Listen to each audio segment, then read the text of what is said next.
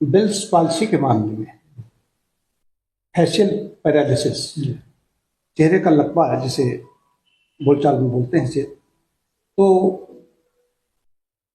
कारण क्या है? जो देखा है, जो अध्ययन किया है, हमारे पास बहुत ज्यादा इस तरह के केस नहीं आते हैं, लेकिन जो आए हैं तो हम तो उनको डाइट बता देते हैं, एक्सरसाइज बता देते हैं। डाइट एक्सरसाइज की भूमिका ही है इसमें। फिजियोथेरेपी में भी यही करेंगे, थोड़ी मालिश बता दी कि मालिश में हमारे यहाँ जो बात संस्थान है, तंत्रिका तंत्र की कहीं क्षति हुई है, कहीं गर्मी सर्दी बात संस्थान है, उसमें कहीं कहीं कोई नर्व्स में कोई विकार आ गया, हमारी नेचुरोपैथी की भाषा में, प्राकृतिक चिकित्सा की भाषा में, तो नर्व कोई क्षतिग्रस्त हो गई, विकार आ गया, उसकी वजह से एक तरफ का चेहरा है उसमें लटक जाता है, आंख प्रभावित हो जाती है, होठ सारे प्रभावित हो जाते हैं। लेकिन ये कोई चिंता वाली बात नहीं है, धीरे धीरे ठीक हो जाता है, लेकिन प्रयास करना पड़ेगा। हमारे यहाँ तो ये बताया जाता है डॉक्टर साहब कि डाइट का ध्यान दीजिए और एक्सरसाइज कीजिए। थोड़ी सी नेचुरोपैथी में है कि उसमें हीट दीजिए, हीट में भी पंचकर्म में अगर हम आएंगे तो उसमें पत्रपिंड शोध हम करा देंगे, पोटली बना के करा देते हैं, वैसे मालिश कर सकते हैं, उस पर मालिश भी काम करती है। एक्सरसाइज में है कि मुंह को फुलाना है, आंखों को चलाना है, भुओं को ऊपर करना है, आंखों की क्लॉकवाइज एंटी क्लॉकवाइज बहुत एक्सरसाइज है, गालों को फुलाना है, होठों को मुंह बिचकाना है, और ये सब है एक्सरसाइज इसकी हो गई। और डाइट में है, डाइट में विटामिन B12 से लेकर के विटामिन C है, E है, ऐसे देने चाहिए। नरम भोजन देने की बात कही जाती है, और ऐसी चीजें जो बात को कुपित करेंगे। बात संस्थान है, बात को कुपित करें तो उसमें सूप ले सकते हैं, हल्दी और ऐसी चीजों का मतलब काढ़ा लिया जा सकता है। और कार्बोज को थोड़ा कम कर देते हैं, शर्करा जातीय खाद्यों को कम कर देते हैं, चीनी बिल्कुल बंद कर देते हैं, और शर्करा जातीय खाद्य आलू जा रहे हैं तो बहुत कम मात्रा में जाते हैं। जो भी हरी सब्जियां हैं, फल हैं, ऐसी चीजों को ज्यादा दिया जाता है, साबुत अनाज इन पर ज्यादा दिया जाता है। मुलायम भोजन में है, दलिया है, रोटी दाल, ऐसी चीजें मुलायम, जो ज्यादा कड़े चबाने वाली चीजें इसमें बंद कर दी जाती है।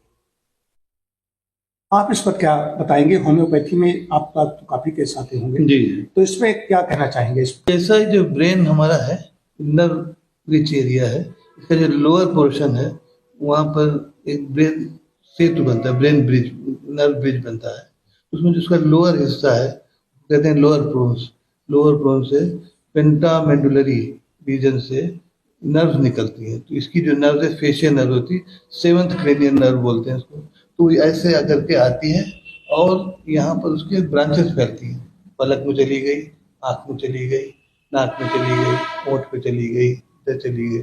सेवंथ क्रेनियल नर्व का जहाँ जहाँ वो है फैलाव, वहाँ ये जो है अपना, जब उसमें स्वेलिंग आ जाती है सेवंथ क्रेनियल नर्व में, तब ये अपना प्रभाव डालती है। स्वेलिंग किस वजह से आती है? इसकी कई वजह, या तो आपकी ब्रेन इंजरी हो गई यहाँ पर, या आप बहुत ठंड में एकदम से गर्म ठंड में आए तो लग गई, ठंडी हवा से उसका प्रभाव, या किसी तरीके से इसमें कोई और पक्षाघात हो गया। तो इसकी अलग अलग दवाएं हैं। जैसे कि एकदम से आप गर्मी से एकदम ठंड में गए हो गया तो हमारे यहाँ एकोनाइट बहुत अच्छी दवा है, आपको खाते ही उसको आराम मिलेगा।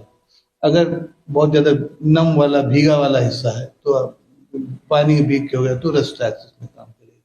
अगर इंजरी ज्यादा है तो सबसे बढ़िया हाइपेरिकम है, और ज्यादा है तो यार्निका 1000 देते हैं।